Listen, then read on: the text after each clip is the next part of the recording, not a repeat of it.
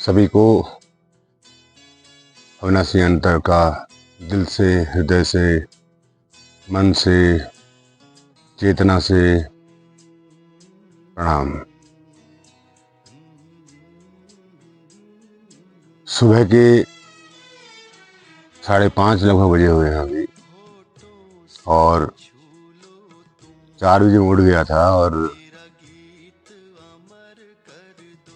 चेतन शून्य होने के बाद 1 घंटा 1.5 घंटा मैं दौड़ने निकल आया और अब मैं थक चुका हूँ यहाँ पर और बैठ गया हूँ। तो कैमरा तो साथ में रहता है, तो मैंने सोचा क्यों ना किसी टॉपिक पर वीडियो बना लिया जाए। तो अभी मैं कुछ प्रेम भरे गीत सुनते हुए आ रहा था, तो मैंने सोचा क्यों ना प्रेम पर ही बात कर ली जाए।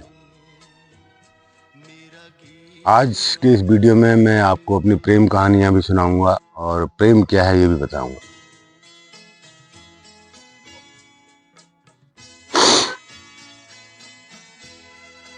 जहां तक मैंने देखा,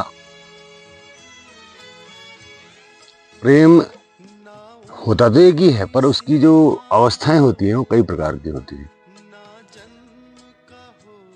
एक लड़की थी, जब मैं क्लास 5th में पढ़ता था, तो वो मेरे पड़ोस में रहती थी और मुझे रोज दिखाई देती थी। और उसके हमारे उन दिनों जो है टेलीविज़न बहुत कम लोगों के हुआ करता था और हमारे पास भी नहीं था, उनके पास था। महाभारत रामायण जैसी कुछ चीज़ें आती थी उस समय, तो देखने के लिए हम वहाँ जाया करते थे। वो तो एक अलग विषय है, लेकिन उसका रोज दिखाई देना, अब भाई अपने घर में कोई है तो दिखाई देगा, क्या ऐसी बात है। तो मुझे प्रेम की अनुभूति होने लगी। मतलब वासना का कोई वहाँ से कहीं तक कोई ताल्लुक नहीं, बच्चे हैं। तो पहली प्रेम की अनुभूति जो हुई स्त्री से, मुझे वहीं पर हुई थी। और मित्रों से और दोस्तों से तो जो हम बचपन में खेला करते थे, तो वो तो थी ही थी। वो भी एक ऐसी अनुभूति थी कि उनके बिना कहीं चैन नहीं आता था। उनसे, उनकी शक्ल, उनका होना बहुत अच्छा लगता था और खुशी, एक आनंद होता था। 2-3 मित्र थे, उनसे एक आध चले भी गए हैं। फिर उसके बाद 10th तक वो रही, वो लड़की 5 साल रही। और जब मैं 10th में था तो चली गई थी कहीं और। उसके बाद 11th 12th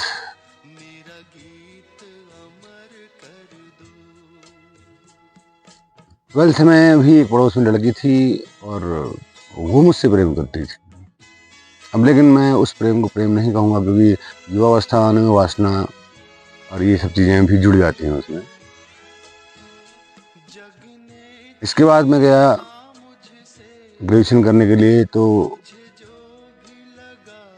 एक लड़की थी बहुत सांवली सी, पढ़ती थी हमारे साथ, ट्यूशन पढ़ने आती थी और बहुत सांवली और सीधी लगती थी बाहर से। तो उससे भी मुझे प्रेम का अनुभव होने लगा, वासना रहित प्रेम। और काफी गहराई तक मैंने उस प्रेम को महसूस किया। बहरहाल मैंने उससे 3 साल के बाद कहा, 3 साल तक मैं उसे अनुभूत करता रहा उस प्रेम को, कहा नहीं उससे मैंने। और जब कहा तो जब मैं अपना स्कूल खत्म करके घर को आ रहा था, तब मैंने उसको बताया ऐसा था करके। तो उसने कहा, उसने लेकिन उसने रिस्पेक्ट किया उस चीज़ की और कहा, you are really great, that I am very unlucky कि मैं किसी और के प्रेम में थी और आप मुझसे प्रेम करते थे। ये एक कहानी थी। फिर उसी बीच में एक लड़की और आई, उसको बताने के बीच में ही एक लड़की और आई। तो उसको मैं प्रेम नहीं कहूँगा, वो एक अट्रैक्शन था उस लड़की का मेरे प्रेम कहानी को सुनकर मुझसे अट्रैक्शन हो गया था। जब उसने प्रेम कहानी सुनी मेरी तो उसको अट्रैक्शन हो गया था मुझसे।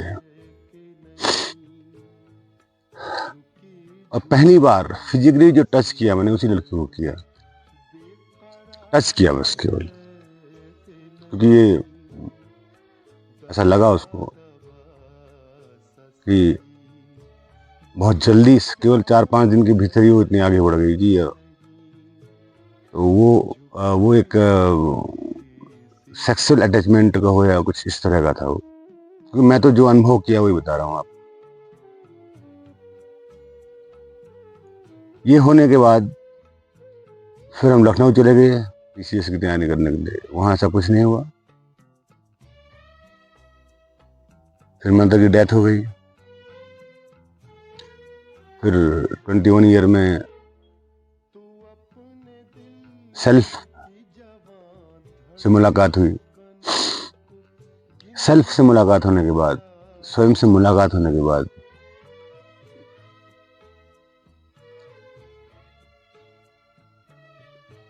मेरे दिमाग में आया क्यों ना जो है फिर से तैयारी की जाए, पढ़ा जाए फिलॉसफी को, फिर से हिस्ट्री को, और पीसीएस की तैयारी की जाए। और इसलिए हम कहीं एक शहर, अमुक शहर में चले गए और वहाँ तैयारी करने लगे अमुक कोचिंग सेंटर में। तो एक अमुक व्यक्ति के यहाँ हम रहते थे, तो उसकी एक अमुक लड़की थी,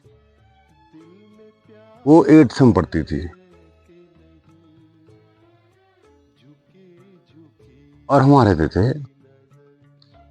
पता नहीं अचानक दिन मेरे को क्यों ख्याल आया कि इस लड़की के साथ वो प्रयोग किया जा सकता है, तंत्र का प्रयोग, प्रेम का प्रयोग और काम से मुक्ति का प्रयोग, और इसको अपने जीवन में लाया जाए। क्योंकि वो अभी बहुत छोटी थी, उसको सिखाया जा सकता था एक कोरे कागज की तरह। तो मैंने अमुक लड़की के अमुक पिता से बात रखी।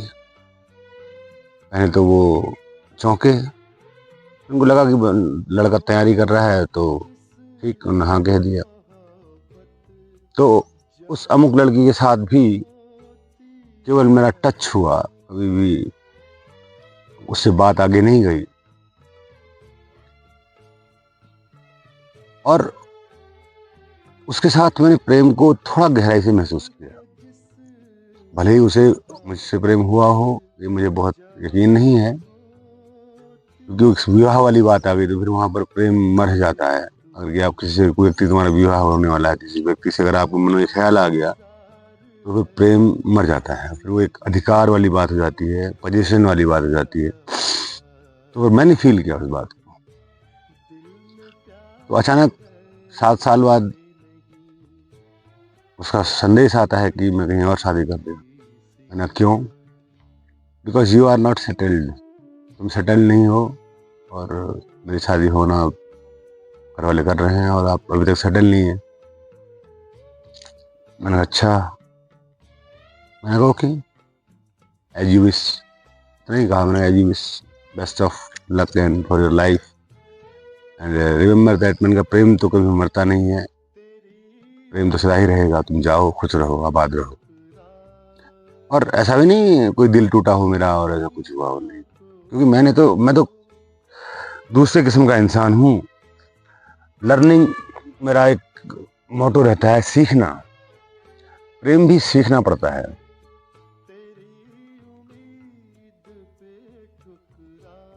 इसके बाद होते करते समय गुजरता रहा, 1-2 महीने गुजर गए। फिर कुछ ऐसा एक घटना घटी, मुझे अपने गांव जाना पड़ा, वहाँ बच्चों को ट्यूशन लेना पड़ा।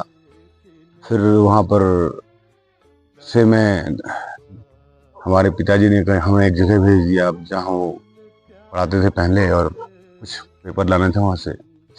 वहाँ चला गया, बहुत दूर था, 25 किलोमीटर पैदल लोभी जंगल का रास्ता, अकेला चल दिया। और एक गांव, अमुक गांव में पहुंचा, और उस अमुक गांव में मेरे रिश्तेदार रहते थे और वहाँ रात में रुका मैं। और उससे थोड़ा सा आगे मेरे पिताजी का अमुक स्कूल था।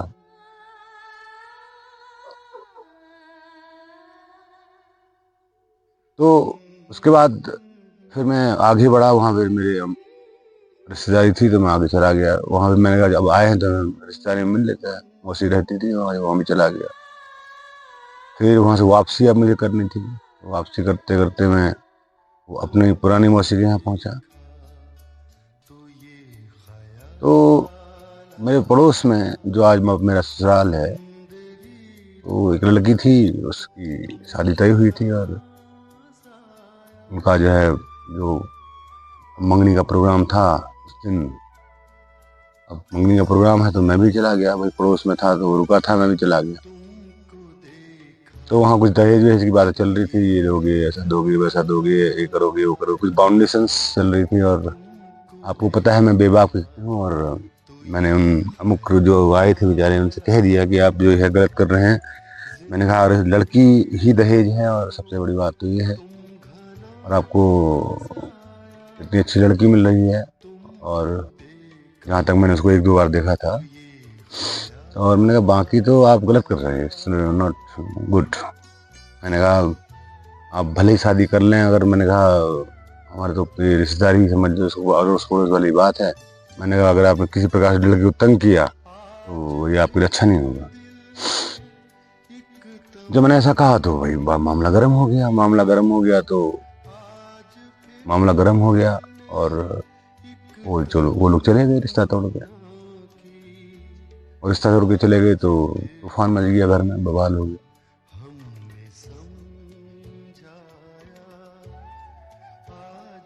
तो अब क्या होगा, सब मुझ पे भड़क गए, तुम्हारी वजह से रिश्ता टूट गया। गांव वाले भी भड़क गए, और जो मेरे सास ससुर थे वो भी भड़क गए, और उनके 4 भाई थे साथ में, वो बहुत मतलब मुझे तो लगा कि अब मार ही देंगे मुझे। लेकिन बहरहाल ऐसा कुछ नहीं हुआ, और उन्होंने मुझसे कहा कि भाई तुमने बोलने से पहले सोचना चाहिए कि क्या बोल रहे हैं आप तो माइंडलेस बातें कर रहे हैं। हम तो किसी प्रकार समझा लेते उनको, और आप हमारा आपसे लेना कोई देना कोई, और आपने बीच में ऐसा सब कर दिया, और आपकी वजह से रिश्ता टूट गया, अब लड़की शादी कौन करेगा। माना कि इस लड़की ने कोई गलत स्टेप उठा लिया, या माँ बाप ने गलत स्टेप उठा लिया, या डिप्रेशन में आ गए, तो उसका जिम्मेदार कौन है। तो ये बात फिर मुझे बाद में रियलाइज हुई, और जबकि मैं नहीं था शादी करने के पक्ष में उस लड़की के बाद, कि उसने मुझे प्रेम करना सिखा दिया था, वो मेरे लिए बहुत था, पूरी जीवन भर के लिए लेसन। और शारीरिक भूख मुझे ज़्यादा थी नहीं, और प्रेम मैंने समझ लिया था। असल में मेरे साथ बड़ी समस्या ये थी, प्रेम क्या है वही मुझे समझ में नहीं आता था ना, तो मैं थोड़ा बहुत सीख चुका था उसको। तो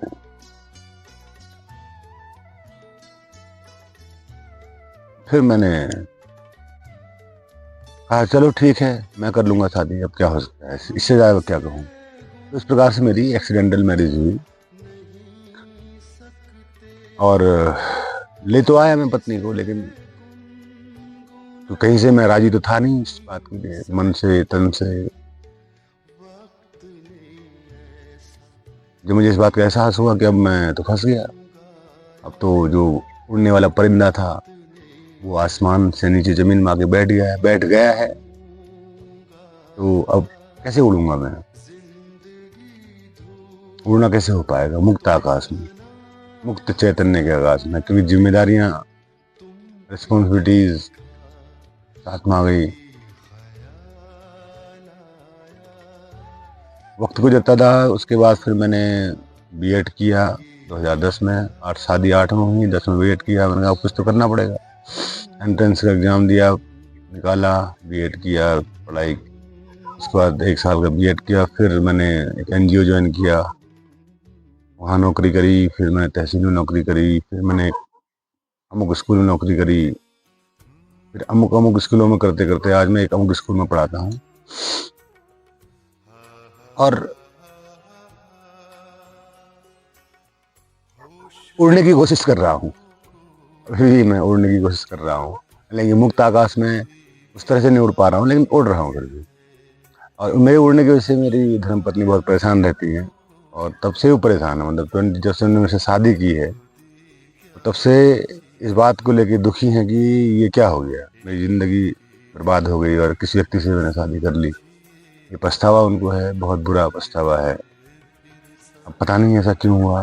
अब मैं तो नहीं चाहता किसी को दुख देना, लेकिन कंडीशन ऐसी, कहानी घट गई कि मैं दुखी न जा करते हुए भी दुखी हो रही है। अब मैं अपने प्रकृति को तो बदल नहीं सकता, जो नेचर है मेरा वो तो वही रहेगा और मेरा चैतन्य भी वही रहेगा, कॉम्बिनेशन भी वही रहेगा। और जो चीज़ें जानी है संसार में आकर और जो पहले से पता थी वो तो बदलेगी नहीं। तो ये कहानी है मेरे प्रेम की, और आज भी मैं ढूंढता हूं उस व्यक्ति को जो मुझसे प्रेम करता हो।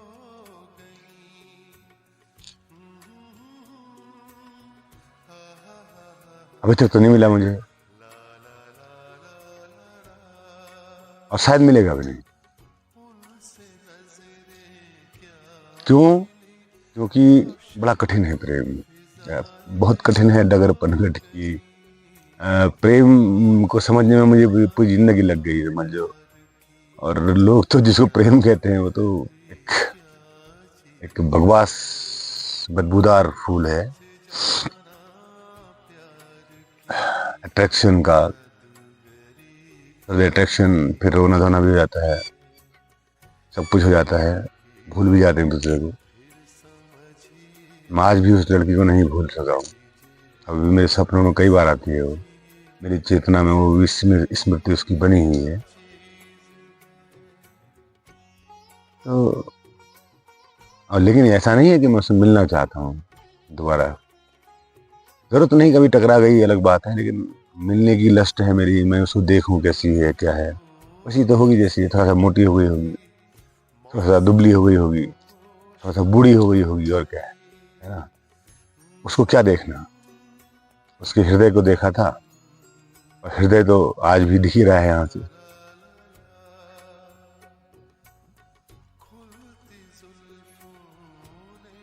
चलिए, ये तो एक एग्जाम्पल था प्रेम का। और इस प्रकरण में कभी भी मेरा किसी से फिजिकल रिलेशन नहीं रहा, पत्नी के सिवा।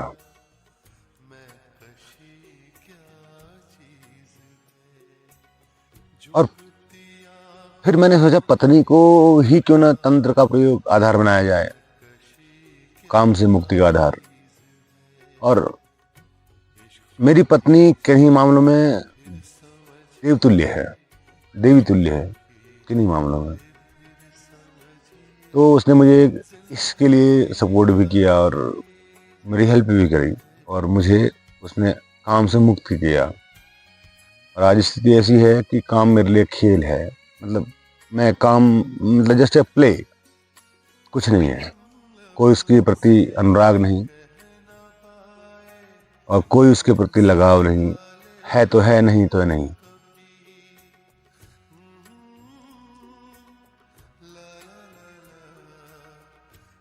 और मुक्त हो गए। मैंने अपने पत्नी से कई बार कहा कि मुझे परमानेंटली छुट्टी दे दो इस चीज़ के लिए, लेकिन अब एक पत्नी जिसकी उम्र 35 हो, वो इतनी हिम्मत नहीं कर सकती कि तुम्हें काम से छुट्टी दे दे हमेशा के लिए, क्योंकि ये उसके साथ अन्याय होगा। तो मैंने कहा ठीक है, जब आपकी इच्छा हो, महीने, 4 महीने, 6 महीने में, तो आप हमसे कह सकते हैं इस बात के लिए। मैंने कहा वरना इससे मेरा कोई सरोकार नहीं है। तो ये तो रही कहानी। अब है आज की प्रेम कहानियां जो चल रही हैं, उन पर बात कर लेते हैं।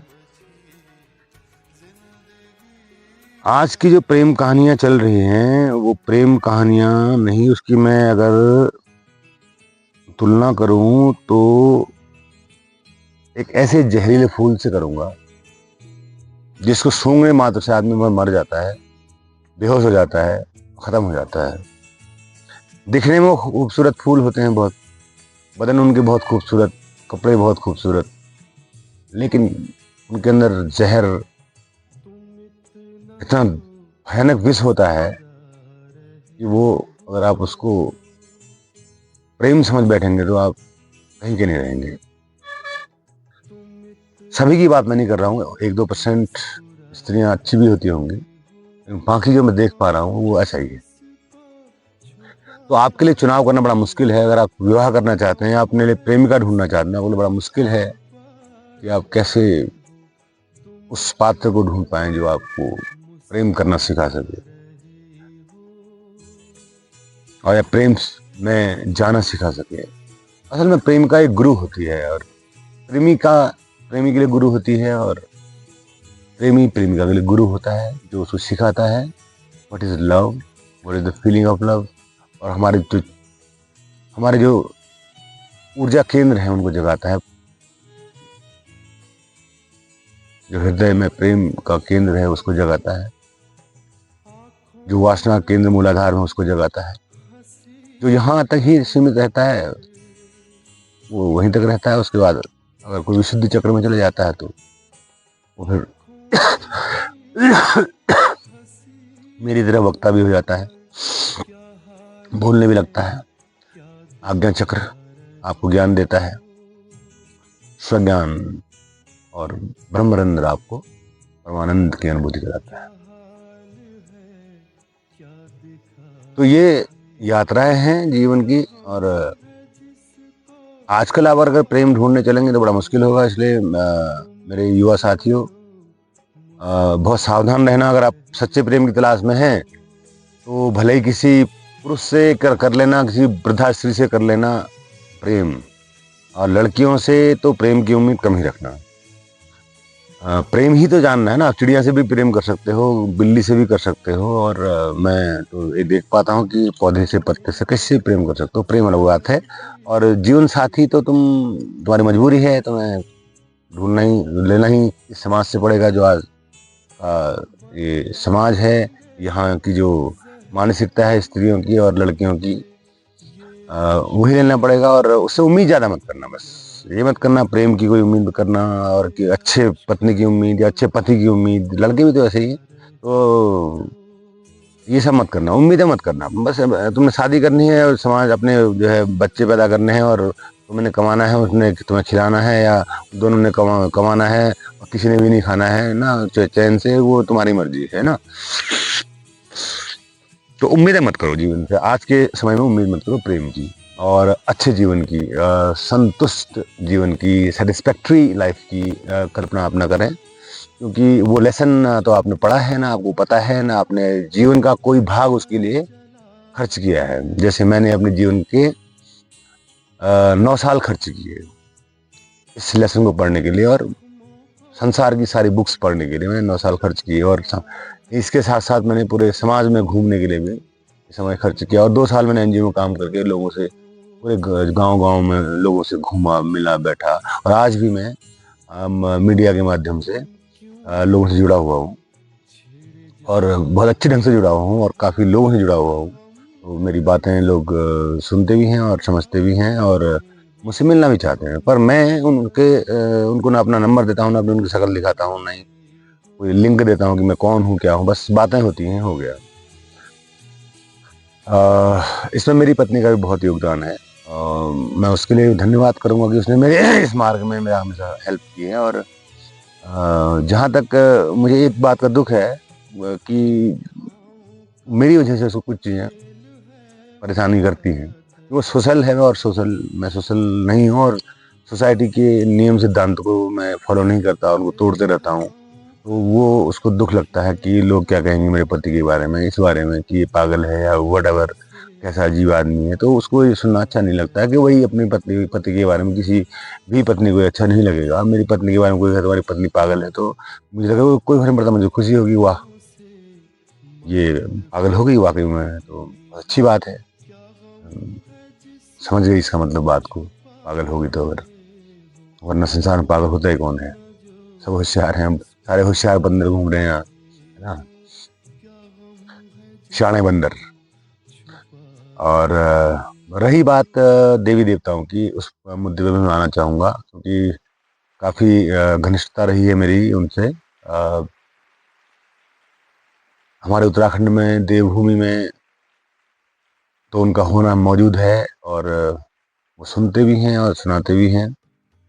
मैं उनसे इस वीडियो के माध्यम से भी कहना चाहूँगा कि मेरे द्वारा जो भी गलतियाँ हुई हैं उनको आप क्षमा करिएगा, क्योंकि कुछ लेसन सीखने के लिए कुछ करना पड़ता है। तो इसलिए मैंने कभी कुछ उल्टा सुल्टा बोल दिया होगा आप लोगों के बारे में और पितरों के बारे में या प्रेत आत्माओं के बारे में, क्योंकि वो सभी मौजूद हैं। ऐसा नहीं है कि मौजूद नहीं है, बस आपकी आंखें नहीं देख पाती उनको, हम तो देख लेते हैं और समझ भी लेते हैं और सुन भी लेते हैं। तो पहले ये सब चीज़ें रही हैं मेरी लाइफ में, काफ़ी घनिष्ठता रही है मेरी उनसे। और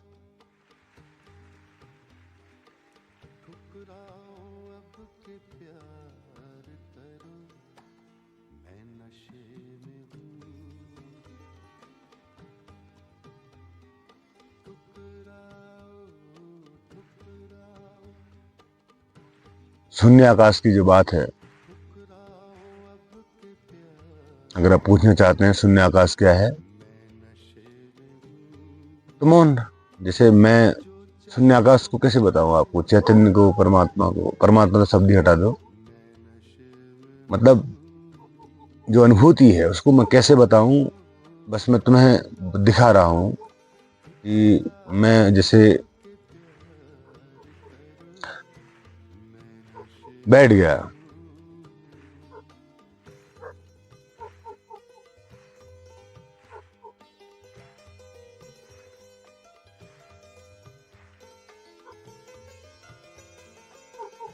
तो इस समय मेरे मस्तिष्क में खाली आकाश, कोई हलचल नहीं है, वहाँ कोई लहर नहीं है, कोई वैचारिक लहर नहीं, कोई भावनात्मक लहर नहीं।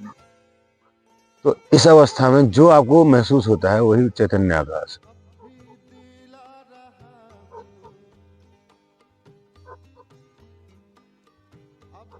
और ये परमानंद की स्थिति है।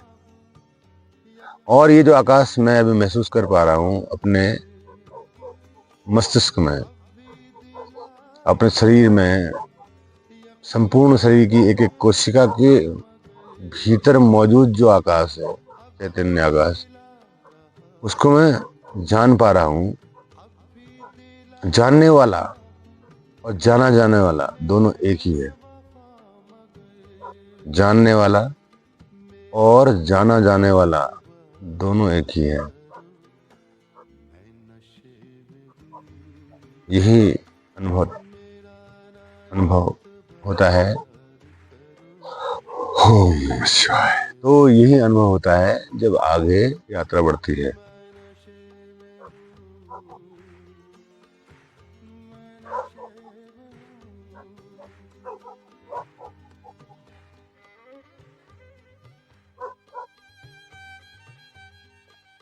ओके, मुझे लगता नहीं है अभी कुछ शब्द आएंगे, शब्द नहीं है अभी, तो इसलिए अभी क्षमा चाहूँगा। शायद टॉपिक मेरा पूरा हो गया होगा, नहीं तो शब्द आते कुछ। फिर मिलते हैं। परम शून्य आकाश, चैतन्य परमात्मा, अविनाशी अनंत की तरफ से आपको प्रणाम।